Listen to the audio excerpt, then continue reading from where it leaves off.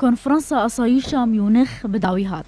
بارزانی و شانداپێرا دسیەم ڕۆژا کۆنفرانسێ دەژی بجودا بە هەریەک ژێ برێت مەکگۆرک شاندایە تایبەتی سەرۆکی ئەمریکا بۆ شەڕی داعش لە عێراق و سووریا و بینالی یەڵدرم سەرۆک وەزیرێ تورکیا و شاندا ئۆپۆزیسیۆنا سووریا ڕەجڤیە. برێت مەکگۆرک پشتی جڤینا بە بەرزانی را ڕاگەهاند کو بە بەرزانی را ئۆپەراسیۆنا کۆنتڕۆلکردنا بەریا ڕۆژ ئاوایی مووسڵ و هەماهەنگیە دناوبەرا پێشمەرگە و ئارتێشا عێراقیدا گوتوبێژ کردیە.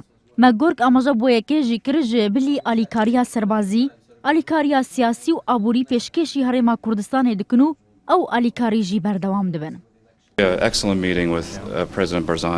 کۆبوونەوەیەکی باشمان کرد لەگەڵ سەرۆک بارزانی. گرنگترین خاڵێک باسمان کرد دەستپێکردنی قۆناغی کۆتایی کۆنتڕۆلکردنەوەی مووسڵ بوو. راپۆرتی بەرەکانی شەڕ ئەوە دەردەخن کە ئۆپراسیۆنەکە بە باشی بەڕێوە دەچێت. بەدڵنیایەوە شەڕێکی قورس دەبێت و کاتی زۆری دەوێت.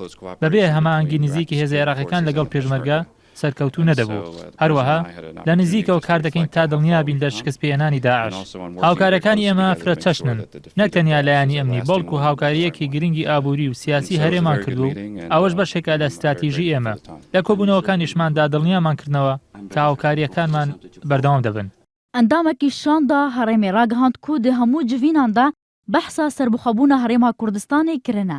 هەنێکا ژوانژی پشتوانیە خوا ڕاگەهاندنە لێ هەنێکە دنجی وها دەبینن کۆ دەمانەهادا شەڕێ داعش پێشترە. لەگەڵ هەموو وەفدەکان مەسلەی چارەنووسی کورد و مەسلەی سەربەخۆیی و مەسلەی کوردی وەکو میلەتێک لەو چۆن هەموو ئەژیندا ئێمەش لەمانوێت لە سەر خاکی خۆمان و لە وڵاتی خۆمان چارەنووسی خۆمان دیاریکەین لەگەڵ هەمویان باس کراوە مۆزوع.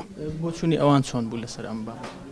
ئەوان ڕەنگە بۆ چوونی جیاوازیان هەبوو بێت. جیاوازەکان چۆنە؟ ڕەنگە هەندێکیان تەبەن پشتیوانیان کردووە زۆر بەگەرمی، هەندێک ڕەنگە بێدەنگ بۆ بن، هەندێک ڕەنگە وتوێتیان شەڕی داعشیەکە جارە خاڵی یەکەممان ڕەنگە هەرێکێک بە شێوەیەک بەڵام مهم ئێمە لای خۆمانەوە بەوانمان وتووە پێمان ڕاگەیاندون کەسی دژی نەبووە.